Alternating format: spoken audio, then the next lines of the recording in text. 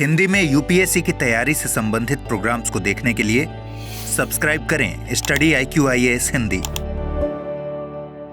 नमस्कार, बहुत बहुत स्वागत है आप सभी का स्टडी IQ-IAS हिंदी में। मेरा नाम है अतुल जैन। तो भाई, हमारे पड़ोसी देश पाकिस्तान का जो आर्थिक संकट है, जिस तरह से वो काफी समय से आर्थिक संकट से जूझ रहा है और IMF से, जो अंतर्राष्ट्रीय मुद्रा कोष से एक बेल आउट पैकेज के साथ वो सर्वाइव कर रहा है, चल रहा है, ये बात तो हम सब जानते ही होंगे। आप सभी जानते हैं 2022 का अंत और 2023 की शुरुआत का जो वक्त था वो पाकिस्तान के लिए बहुत खराब समय था। उस समय पाकिस्तान की अर्थव्यवस्था जो है वो एकदम बर्बादी की और जिसको हम कहते हैं दिवालिया होने की कगार पे आ गई थी। लेकिन जैसा होता है, पाकिस्तान की सरकार ने IMF तक के दरवाजे पर गई, IMF से मांग की कि भाई हमको समर्थन दिया जाए। IMF ने एक समझौता पाकिस्तान के साथ जो है साइन किया और उस समझौते के तहत पाकिस्तान को ऋण देने की प्रक्रिया शुरू कर दी है। तो अभी अब से कुछ एक घंटा पहले, आधा घंटा पहले यह समाचार आया है कि IMF ने क्या किया है, उस ऋण की जो अगली किस्त है, जो होने वाली है लगभग $1.1 बिलियन की, वो पाकिस्तान के लिए अप्रूव कर दी है और कहा है कि वो पाकिस्तान को इमीडिएटली दे दी जाएगी, तुरंत दे दी जाएगी। तो पाकिस्तान के पास जो एक थोड़ा सा वित्तीय संकट है, उससे उबरने का पाकिस्तान को थोड़ा सा एक अवसर मिलेगा। तो अगले 5-7-10 मिनट में हम ये बात करेंगे कि भाई हम जो है, ये तो भाई सिंपल सी बात है कि IMF ने ऋण का वादा किया है तो IMF ऋण देगा ही देगा। तो अगले 5-7 मिनट में हम ये बात करने की कोशिश करेंगे कि IMF जो है उसके ऋण से पाकिस्तान का हो क्या रहा है। क्या पाकिस्तान की दशा में कोई परिवर्तन आ रहा है, कोई सुधार आ रहा है, क्या हो रहा है, अलग अलग मत इस मामले को लेकर क्या है, इनके बारे में हम चर्चा करेंगे। बड़ी इंटरेस्टिंग सी चर्चा है। आपको ये IMF के बारे में, IMF कैसे काम करता है, वो भी आपको समझाएगी, जरूर सुनिए।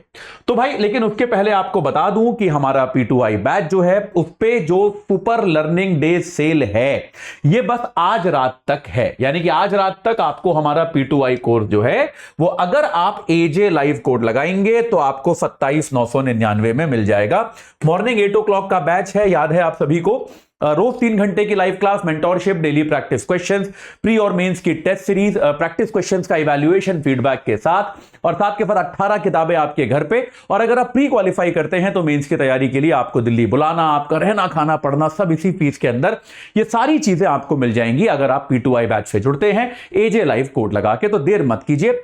और साथ के साथ याद रखिए, ये ऑफर आज तक है, बस ये ऑफर कल से नहीं होगा। और साथ के साथ अगर आप हमारे वैकल्पिक विषय लेना चाहते हैं तो 2 वैकल्पिक विषय हैं जो हमारे शुरू हो रहे हैं 6 तारीख से, हिस्ट्री और PSIR। ये आपको मिल जाएंगे आज केवल, अगर आप AJ लाइव कोड लगाते हैं तो 14,999 में। तो आप इन दोनों में से कोई वैकल्पिक विषय पढ़ना चाहते हैं, ऑप्शनल पढ़ना चाहते हैं, तो भी आप यहां पर जुड़ सकते हैं। चलिए, अब आते हैं हम लोग हमारी चर्चा पर, जो चर्चा हमारी है पाकिस्तान को लेकर। तो भाई, हम सभी जानते हैं कि पाकिस्तान के साथ क्या हुआ। जैसा कि आप सभी को, आपको मैंने अलग अलग इकोनॉमिक्स के लेक्चर्स में पढ़ाया भी है कि 1991 की भारत की दशा को अगर आप याद करें तो तकरीबन वैसी ही हालत पाकिस्तान की अभी हो गई थी। 1991 का भारत अगर आप याद करेंगे तो हमारे पास, हम पूरी तरह से आयात पर निर्भर थे। हमारे यहां विदेशी निवेश कुछ हो नहीं रहा था, क्योंकि उस समय खैर हम विदेशी निवेश करते भी नहीं थे। संस्थागत तौर पे हमारा बजटीय घाटा बहुत ज्यादा था। हमारे यहां सरकारी कंपनियां थी जो घाटा कमाई जा रही थी, उन पर हम कुछ नहीं कर रहे थे। और ये सारी चीजें जो है हमारे देश में चल रही थी। और एक परिस्थिति ऐसी आ गई थी कि हमारे देश में जो विदेशी मुद्रा भंडार है वो केवल 2 सप्ताह के आसपास का बचा था। तो पाकिस्तान में क्या हो गया था, फरवरी 2023 का आंकड़ा है मेरे पास। फरवरी 2023 पे अगर मैं पाकिस्तान पे जाऊं, लगभग 1 साल पहले की बात अगर मैं करूं, तो फरवरी 2023 में अगर मैं पाकिस्तान को देखूं तो पाकिस्तान में बेटा मुद्रास्फीति, अंदाजा लगा सकते हो कितने प्रतिशत थी? औसत मुद्रास्फीति तकरीबन 38% पाकिस्तान में थी। आप इमेजिन कर सकते हो, हमारे यहां 6% होती है तो सरकारें नाराज हो जाती हैं, सरकारें जो है विचार करने लगती हैं, प्लानिंग करने लगती हैं। पाकिस्तान में यह 38% तक पहुंच गई थी। इसके अलावा पाकिस्तान का जो विदेशी मुद्रा भंडार है, पाकिस्तान में जो कुल विदेशी मुद्रा भंडार है, क्योंकि याद रखिए पाकिस्तान भी बहुत ज्यादा आयात पर निर्भर है, पाकिस्तान कोई दुनिया का बहुत बड़ा निर्माता देश नहीं है। तो पाकिस्तान का भी जो विदेशी मुद्रा भंडार है वो $3 बिलियन तक आ गया था। यहां पे ये याद रखिए भारत का करीब 650-700 बिलियन डॉलर के बीच में है, तो आप इससे अंदाजा लगा सकते हैं। और 3 बिलियन डॉलर का मतलब ये है कि पाकिस्तान में ये विदेशी मुद्रा भंडार जो है केवल 5 सप्ताह के लायक ही बचा था, कि बस 5 सप्ताह तक पाकिस्तान और आयात कर सकता है, उसके बाद वो आयात नहीं करेगा। तो आप मतलब समझ सकते हैं कि पाकिस्तान की आर्थिक हालत कहां पर पहुंच गई थी। तो पाकिस्तान गया आईएमएफ के पास, जैसा कि आप सभी जानते हैं। तो आईएमएफ ने क्या किया, एक 3 बिलियन डॉलर का आईएमएफ ने एक स्टैंड बाई समझौता किया कि भाई तुरंत हम त्वरित तौर पर क्या करेंगे, एक 3 बिलियन डॉलर का हम तुरंत एक स्टैंड बाई समझौता जो है हम कर सकते हैं। और इस 3 बिलियन डॉलर में से 1.9 बिलियन डॉलर पहले दे दिए गए थे, और जो बचे हुए 1.1 बिलियन डॉलर हैं वो आईएमएफ की एग्जीक्यूटिव काउंसिल ने आज उसका अनुमोदन कर दिया और यह कह दिया कि भैया ये 1.1 बिलियन डॉलर जो है ये पाकिस्तान को तुरंत दे दिए जाएं, ये पाकिस्तान को तुरंत प्रदान कर दिए जाएं। लेकिन जैसा कि भारत के मामले में भी आपको पता है, आईएमएफ कभी पैसे ऐसे ही नहीं देता।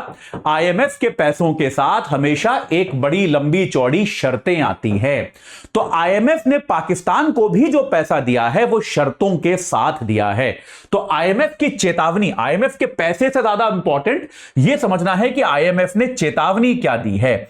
आईएमएफ ने एक तरह से सलाह कह लीजिए, चेतावनी कह लीजिए, कि आईएमएफ ने लगभग वही जो आर्थिक सुधारों की चेतावनी उसने भारत को दी थी 1991 में, लगभग वही चेतावनी, वही सलाह उसने पाकिस्तान को दी है। उसने पाकिस्तान को कहा है कि भैया ये लो आप पैसे, ये धन का आप उपयोग करो जैसे भी आपको करना है, लेकिन आप साथ में सुधार भी करो। आईएमएफ ने साथ के साथ यह कहा है कि पाकिस्तान को अगर टिके रहना है तो आर्थिक सुधार बहुत जरूरी है। यह याद रखिए, कुछ आर्थिक सुधार जिनको आईएमएफ ने साफ साफ तौर पे कहा है कि आप क्या कीजिए, आपकी जो विनिमय दर है, आपकी मुद्रा की जो विनिमय दर है उसको आप बाजार से जोड़िए। सरकार उसको, वो बाजार द्वारा निर्धारित हो, सरकार उसको कंट्रोल ना करे किसी भी तरह से, जैसा कि अब भारत में होने लगा है। हम पूरी तरह से लगभग बाजार द्वारा निर्धारित करते हैं। आपकी अर्थव्यवस्था में संरचनात्मक सुधार कीजिए। जो चीजें घाटा कर रही हैं, सरकार अपने खर्चे कम करे, योजनाएं ऐसी बनाए कि निवेश आए। ठीक है, निवेश को एनकरेज कीजिए। आप अपनी अर्थव्यवस्था को ऐसा बनाइए कि लोग वहां निवेश करना चाहें। भाई ये बात सही है कि नहीं है, कि ये तो आपका काम है ना, ये सरकार का काम है। सरकार अपनी अर्थव्यवस्था को ऐसा बनाए, अर्थव्यवस्था में इस प्रकार के परिवर्तन लेकर आइए कि लोग वहां निवेश करने को तत्पर हों, लोग चाहें कि आपके देश में निवेश करें। उस तरह के संरचनात्मक सुधार जो है आप लेकर आइए। सार्वजनिक क्षेत्र के सुधार कीजिए आप, यानी कि जो आपकी घाटे वाली कंपनियां हैं सरकारी, उनको या तो प्राइवेटाइज करो या उनको सुधारो, जो करना है करो, वो तुम्हारे ऊपर है, पर उनका घाटा कम करो। ये सार्वजनिक क्षेत्र के सुधार जो हैं, ये सारी चीजें आप कीजिए। तो इस तरह की बेसिकली जो हम कहते हैं कि भाई पूंजीवाद की जो सलाह आईएमएफ हमेशा देता है, आईएमएफ ने यह सलाह जो है एक बार दोबारा से फिर से पाकिस्तान को दी है कि यह पैसा तो आप ले लो, लेकिन यह पैसा बिना शर्तों के नहीं है। आईएमएफ इसको चेक भी करेगा। आपको यह सारी चीजें करके आईएमएफ को दिखानी भी पड़ती है, क्योंकि यह 1-8 बिलियन डॉलर से काम नहीं चलने वाला, आपको आगे और पैसा लगेगा। और वो पैसा आपको तब मिलेगा जब आप आईएमएफ के सामने यह सिद्ध कर पाओगे कि आपने ये सारी चीजें अचीव कर ली हैं, आपने ये सारी चीजें प्राप्त कर ली हैं। तो ये सारी बातें जो है आईएमएफ ने यहां पर कही है।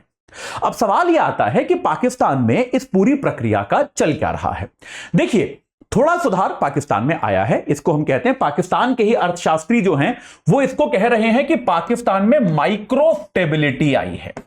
माइक्रो स्टेबिलिटी मतलब सूक्ष्म तरीके की ऐसी स्थिरता जो अभी परमानेंट नहीं है, यानी कि अर्थव्यवस्था जो है मजबूत तो नहीं हुई है, लेकिन अभी हम बर्बादी की कगार पे नहीं है। कम से कम उतनी स्टेबिलिटी, उतना स्थायित्व आपको पाकिस्तान की अर्थव्यवस्था में अब दिखाई पड़ता है। जैसे विदेशी मुद्रा भंडार की अगर हम बात करें, फॉरेक्स की बात करें पाकिस्तान में, तो फॉरेक्स रिजर्व अब 8 बिलियन डॉलर पहुंच गया है। पहले 3 बिलियन डॉलर था, अब वो 8 बिलियन डॉलर है। तो करीब 3 महीने के आसपास का फॉरेक्स रिजर्व अब आप कह सकते हो पाकिस्तान के पास है। मुद्रास्फीति भी जो है अब वो घटकर, सोचिए, मतलब घटने के बाद भी हम कह रहे हैं कि 20% से नीचे वो आ गई है और हर हफ्ते घट रही है। 20% से नीचे है, जो कि अपने आप में बहुत ज्यादा है, लेकिन भैया जहां पे 38% हो चुकी हो वहां तो 20% सुधार ही है ना। तो अब जो है मुद्रास्फीति भी 20% से नीचे आ गई है, धीरे धीरे वो घट रही है। और कई सारे अर्थशास्त्रियों और आर्थिक संगठनों का यह कहना है कि आर्थिक जो आपका जीडीपी की भी विकास दर है वो थोड़ी सी सकारात्मक होनी शुरू हो गई है। तो जीडीपी की भी जो विकास दर है, जीडीपी की वृद्धि दर जो हम कह सकते हैं, वो भी तकरीबन 2% के आसपास रहने के आसार अभी लग रहे हैं। ये बहुत कम है, लेकिन तब भी कम से कम नकारात्मक या शून्य से तो बेहतर है। तो कुछ हद तक स्थिरता जो है वो आपको यहां पर आती हुई दिखाई देनी शुरू हो गई है। लेकिन इसमें बेटा एक काउंटर व्यू जो आता है वो आता है पाकिस्तान के एक बहुत बड़े अर्थशास्त्री हैं जिनका नाम है कैसर बंगाली। ठीक है, तो एक पाकिस्तानी अर्थशास्त्री हैं जो पाकिस्तान की मतलब अर्थव्यवस्था पर नजर रखते हैं।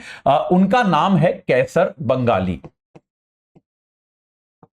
ये बड़े अर्थशास्त्री हैं डॉक्टर कैसर बंगाली। तो कैसर बंगाली साहब का यह कहना है कि पाकिस्तान की अर्थव्यवस्था में कोई सुधार नहीं हो रहा है। वो ये कह रहे हैं ये हो क्या रहा है, आप प्रॉब्लम के ऊपर पैसा डाल दे रहे हो ताकि वो प्रॉब्लम ढक जाए। तो ये कैसर बंगाली साहब का यह कहना है कि अभी क्या है, आपको बाहर से डॉलर्स आ रहे हैं, आप उन डॉलर्स को अर्थव्यवस्था में यहां वहां लगाकर क्या कर रहे हो, सुधार का भ्रम पैदा कर रहे हो। कैसर बंगाली साहब कहते हैं कि यह क्या है, एक प्रकार का सुधार का भ्रम है। और यह भ्रम कैसे पैदा किया जा रहा है, विदेशी डॉलर्स से।